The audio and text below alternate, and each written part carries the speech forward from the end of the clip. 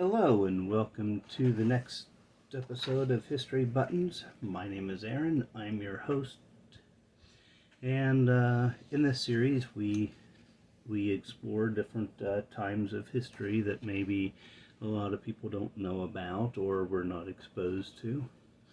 And today we are covering the topic of Quindaro, Kansas, if I can speak, which apparently I can't. I have one job, right, and that's talking, and sometimes I'm not too good at that. Quindaro is something that even a lot of people in the Kansas City area don't know about. Even people that you'd think would know have never heard the name. And that's because Quindaro only existed officially from 1858 to 1863, and we're going to get into why that is.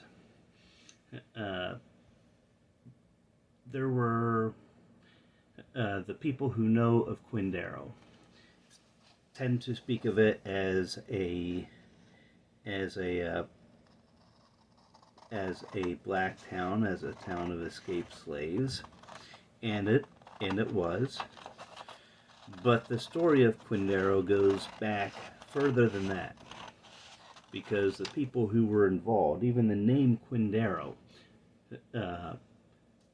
goes.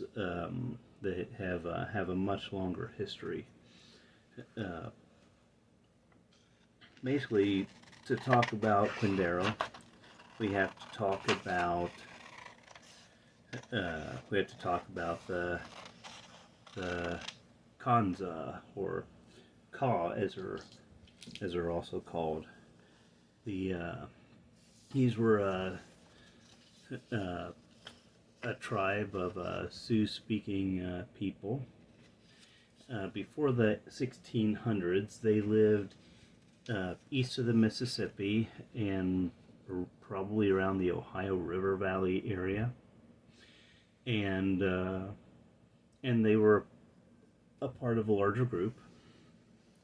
And as things went in, and you have to understand this, there is far more to this history than what I'm going to relate here. Okay, there is like a lot of stuff that goes into it, and I'm not going to go into why the tribes moved around or all that. That's going to be for other episodes, and there's probably people who are far better than I am who have explored that in their own video series. But the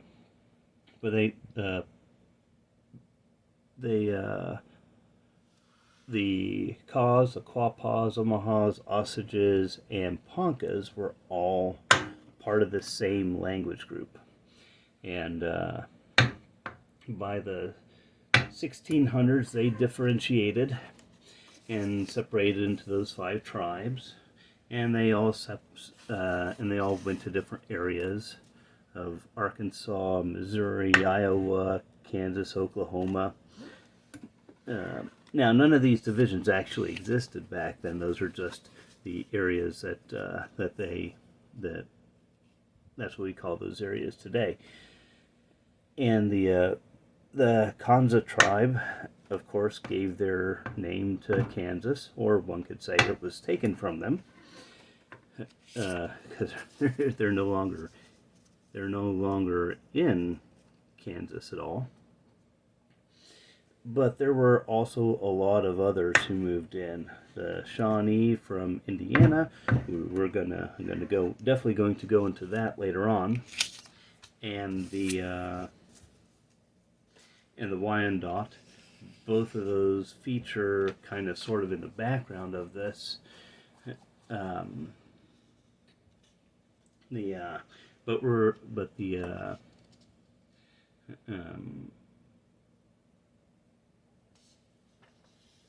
The Kaw tribe, their name really means south wind, or people of the south wind, and they by the mid 1700s they were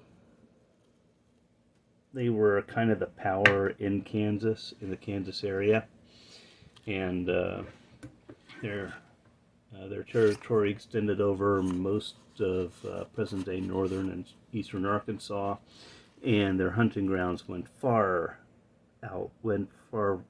further out west. The and there were a lot of different tribes in the area that had been removed here. Remember, this is in the Andrew Jackson had forced as many tribes as possible out of what was then the United States and west to the prairie areas, which at the time were actually known kind of as the Great American Desert.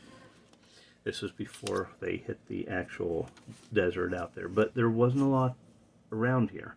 There wasn't a lot out in Kansas or out in Nebraska, Oklahoma.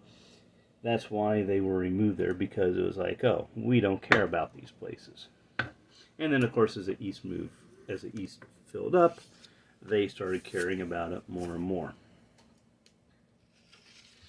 And so you had a lot of different groups that really did not like the federal government. And one of the things that was a sticking point was slavery. This is not to say that slavery didn't exist among the tribes. In fact, the five civilized tribes, kind of the reason why they were referred to as the five civilized tribes was because they had started, they kind of adopted slavery themselves, and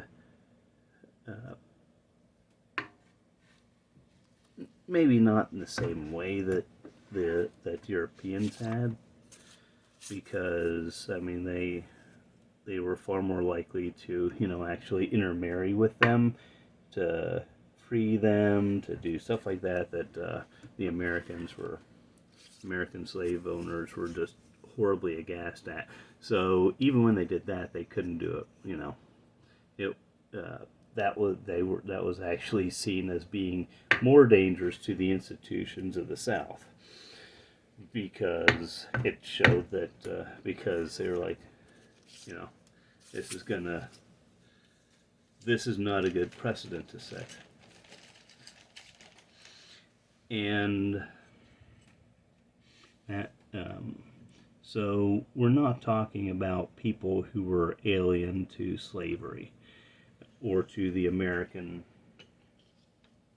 vision of slavery, and it really didn't jive with the values that they tended to have. In the 1850s, of course, we had the period that leading up to the Civil War that is referred to as Bleeding Kansas. Lots and lots of fighting between abolitionists and free staters, as they were also called, and pro-slavery types, and this drew a lot. There was a lot of antipathy towards this American institution of slavery among many of the tribes. Not all of them, but many of them. And the name Quindaro actually comes from Wyandotte. Nancy Quindaro Brown Guthrie. She and her husband Abelard, I think that's how you pronounce his name, were instrumental in establishing Quindaro. In the first settlement that we know of was about 1850, and The Guthries kind of bought up the land with the intention of starting an abolitionist town. That was baked into it. It was an anti-slavery, pro-abolition town. Not only that, but it was also because Missouri was a slave state, and Kansas was a free territory.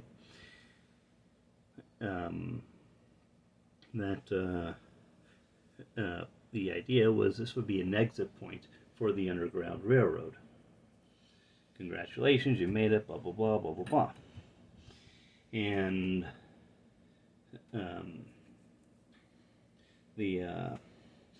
if you go and research, when I did my research, there were a lot of places that had kind of questionable language regarding the Guthries, especially Nancy. She was Shawnee, she was Wyandotte, and she was in some places referred to her as Indian royalty, because she was related to chiefs. And in some tribes this was a hereditary thing in that it moved within certain families. It in no way, shape, or form was anything like what Europeans considered royalty. But they applied that language to this, and there's a lot of people who have stories of their families, of ancestors being Indian princesses or something like that, which is not really a thing. It wasn't really a thing. But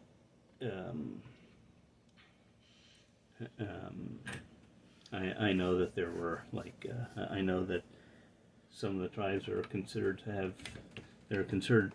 by researchers to probably be descended from Mississippian culture. They had a lot of hereditary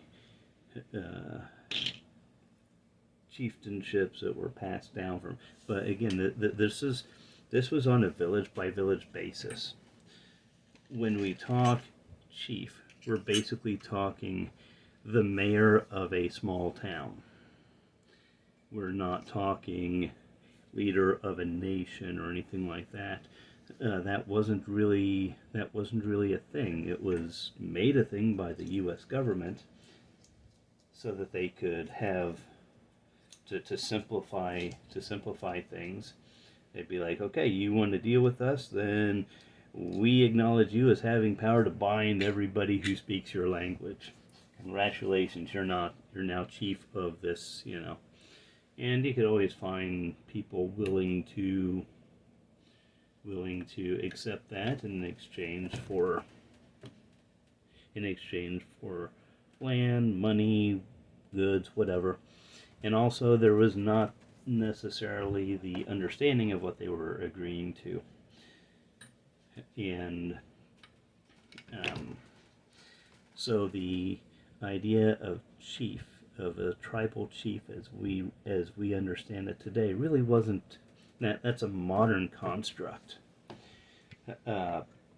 If you were a leader, it meant that you were persuasive. It meant that you had the charm, the skills, and the experience to convince everybody else to convince other leaders to follow you.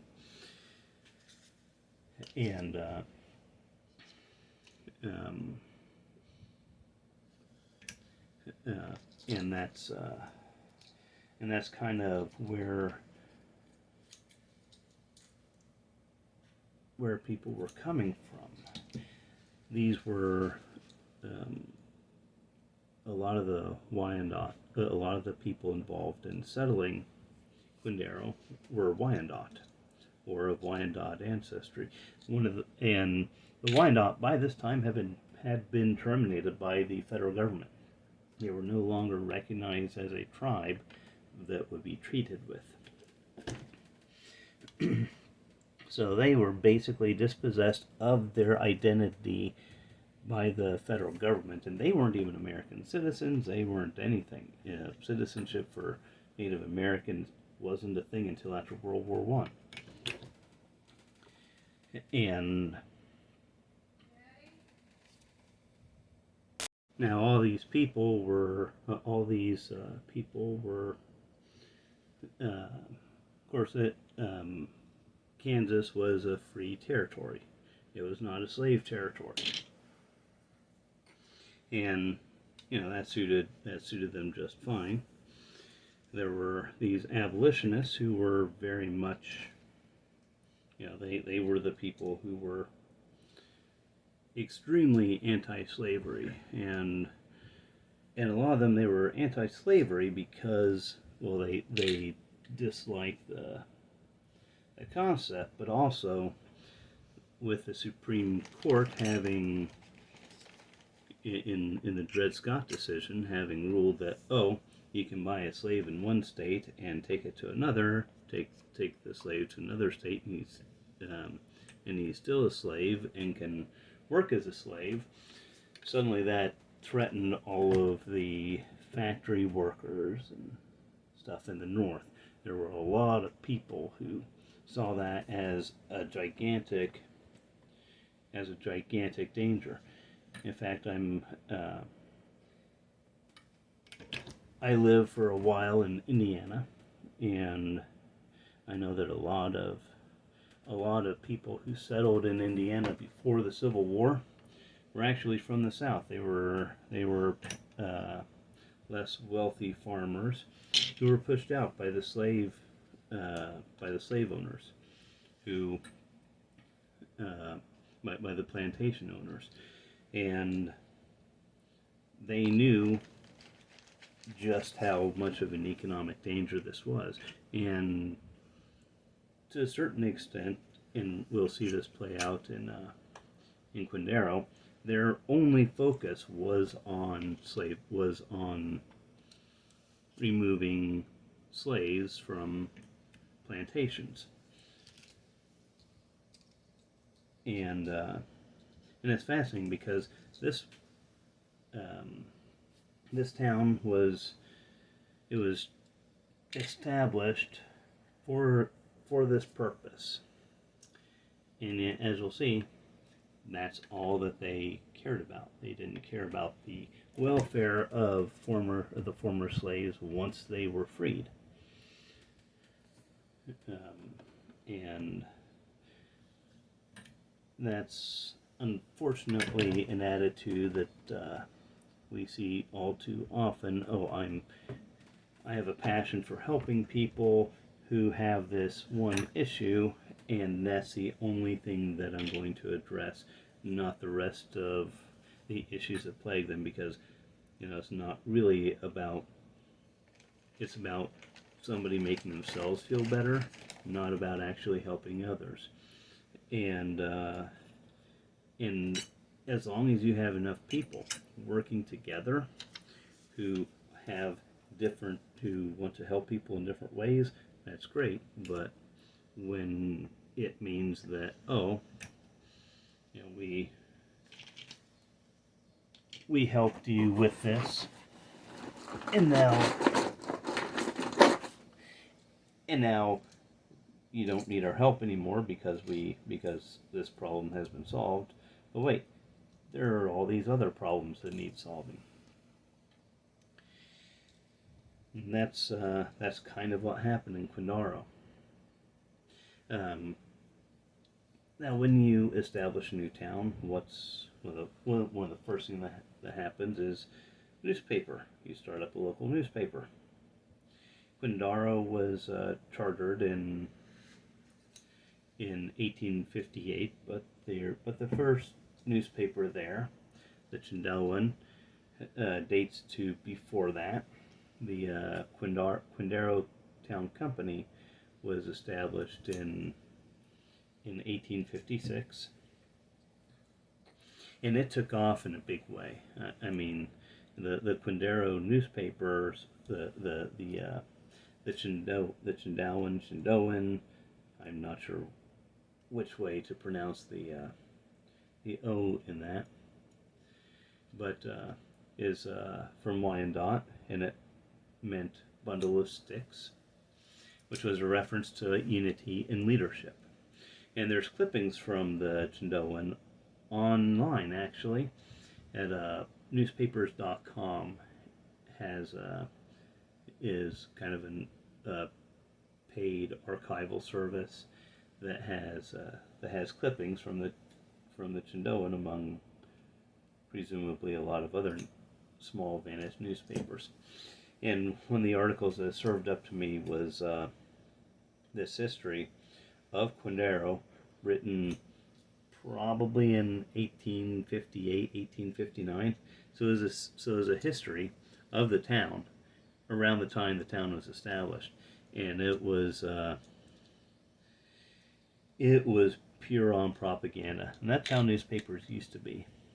The newspapers of this era were pure political propaganda, and they were, the abolitionists among the free states are praising Quindaro, and the name Quindaro causing the slave owners to gnash their teeth in frustration and impotence, and blah blah blah. And but also, this was a boomtown. This was a huge. At one point, they had 5,000 people living there. It had something like 500 businesses. Their commercial district had over 100 stone buildings. All of it was fed by a wharf. And the wharf is important because Kansas was organized as a free territory. Missouri was a slave state. It was the only free port that steamships could stop at west of the Mississippi. And if you were bound for a free area, you weren't stopping in a slave state. You were not stopping at a pro-slavery port. Bad things would happen to you. Similarly, if you were on the pro-slavery side, your ship wasn't going to be stopping in a free port or an abolitionist port, because again, bad things would happen to you, or could happen to you.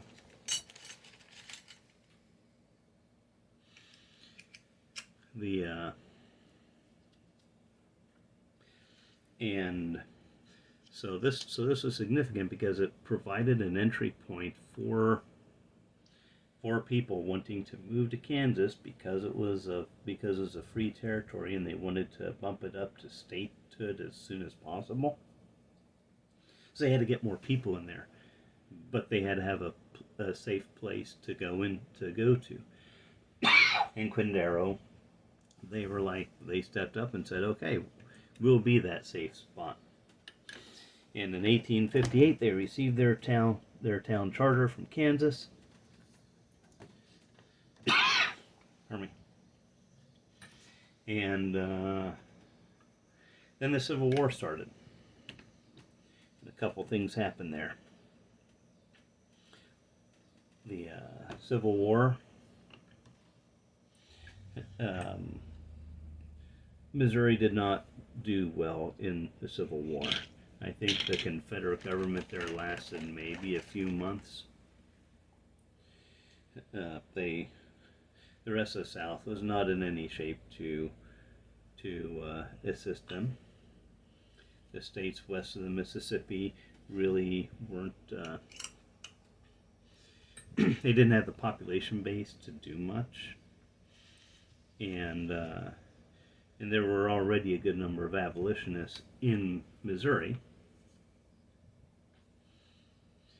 and there had been a lot of bloodshed. There were a lot of scores to settle, and settle them they did. And there was some point I'll have an episode focusing on a couple small towns in Missouri where this really played out.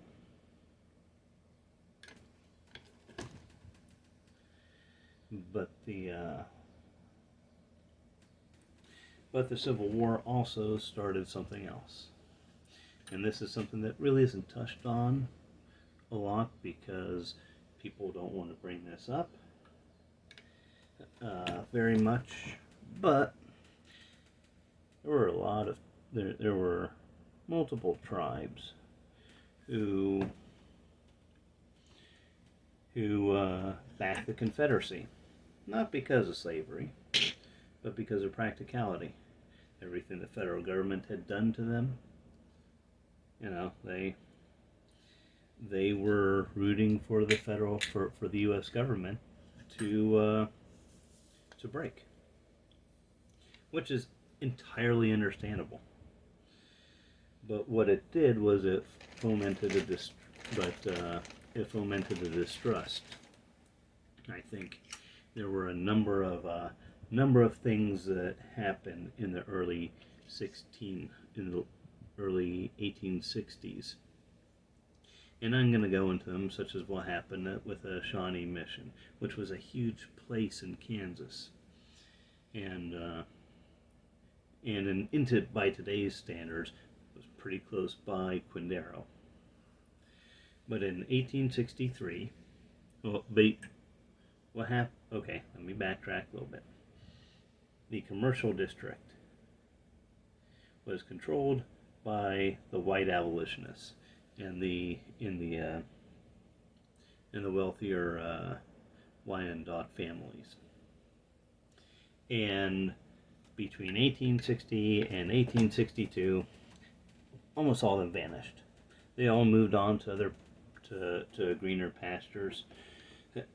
There's Kansas City, Kansas. It was 6 miles away. That was growing larger. There were the only reason for Quindaro to exist really was as an exit point from the Underground Railroad, with Missouri no longer being a slave state.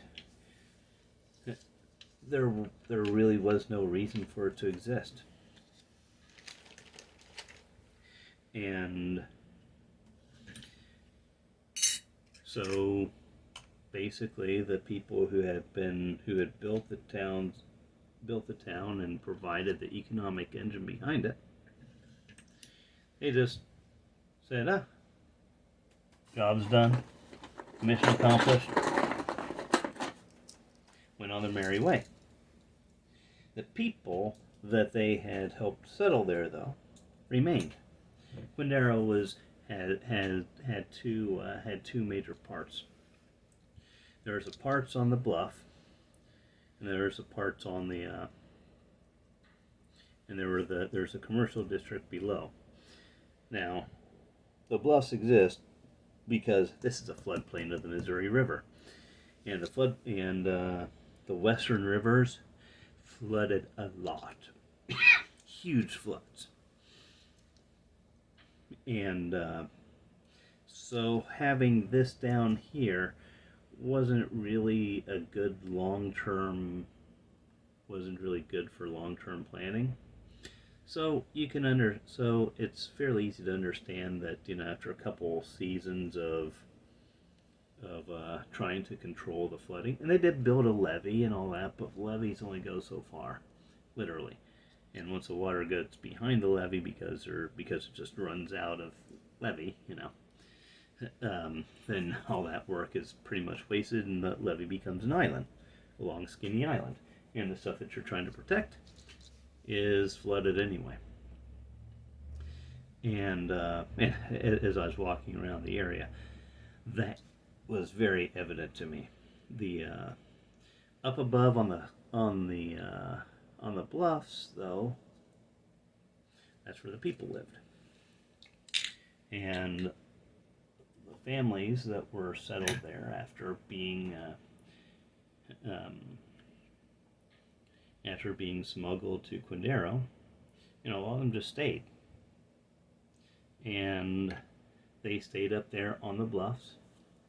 As the businesses moved away, some of the former slaves also moved away, but a lot of them stayed. The town lost its charter in 1863 because it had no commercial district, and honestly, Kansas didn't care about the black people that were left behind. It sounds callous, but I mean when Quindaro was settled, when it was established, it was 94% white people, including including natives who were married into who were counted among them, and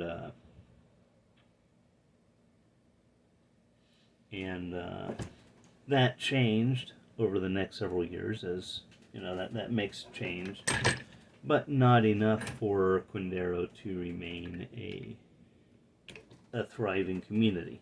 I mean, the people with the skills and the knowledge moved out. Let's not kid ourselves here. The escaped slaves were not highly educated, deliberately. And knowing how to properly farm is one thing. If you're growing cotton on a plantation with other people who are doing the planting. If you are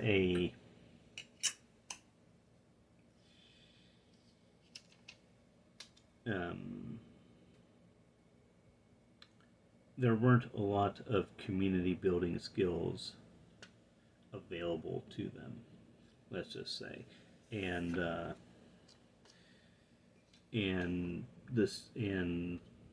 once the white people in right or wrong, that was how they were viewed by the white people who ran the government, is that they can't govern themselves, so there's no point in having a government for them. They'll just mess it up. So what happened is the town had their charter revoked in 1863, and officially that was the end of Quindaro, except the people remained. And I think that's where I'm going to stop there, because what happened, because the next chapter of Quindaro is not one that's told by official state documents, and there's lots of documents, but it was after this point. It was no longer an underground railroad boomtown. It was still there, despite what the government of Kansas thought. They were still there. They still had a community, and they were gonna tough it out. They were gonna learn how to do all this stuff, and they were gonna build something that made a big impact. It was gonna be on their terms,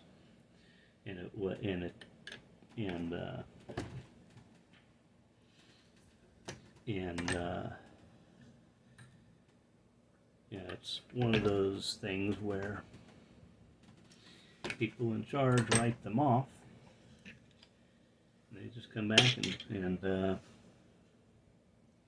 and then they're completely proven wrong.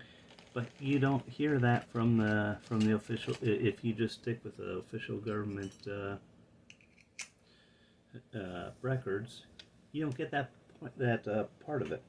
And this is a story that some parts of it are kind of difficult, kind of tough, because it is filled with that kind of casual racism and discrimination and perceptions of and And that perception it colors everything. It helps determine what the official town history is. The fact that when all the white people left, suddenly it was no longer a town. It was no longer worthy of a town, of being a town. That was, I guess to me, that's extremely. I mean, it's not surprising, but still kind of still kind of ticks me off because, it's another example of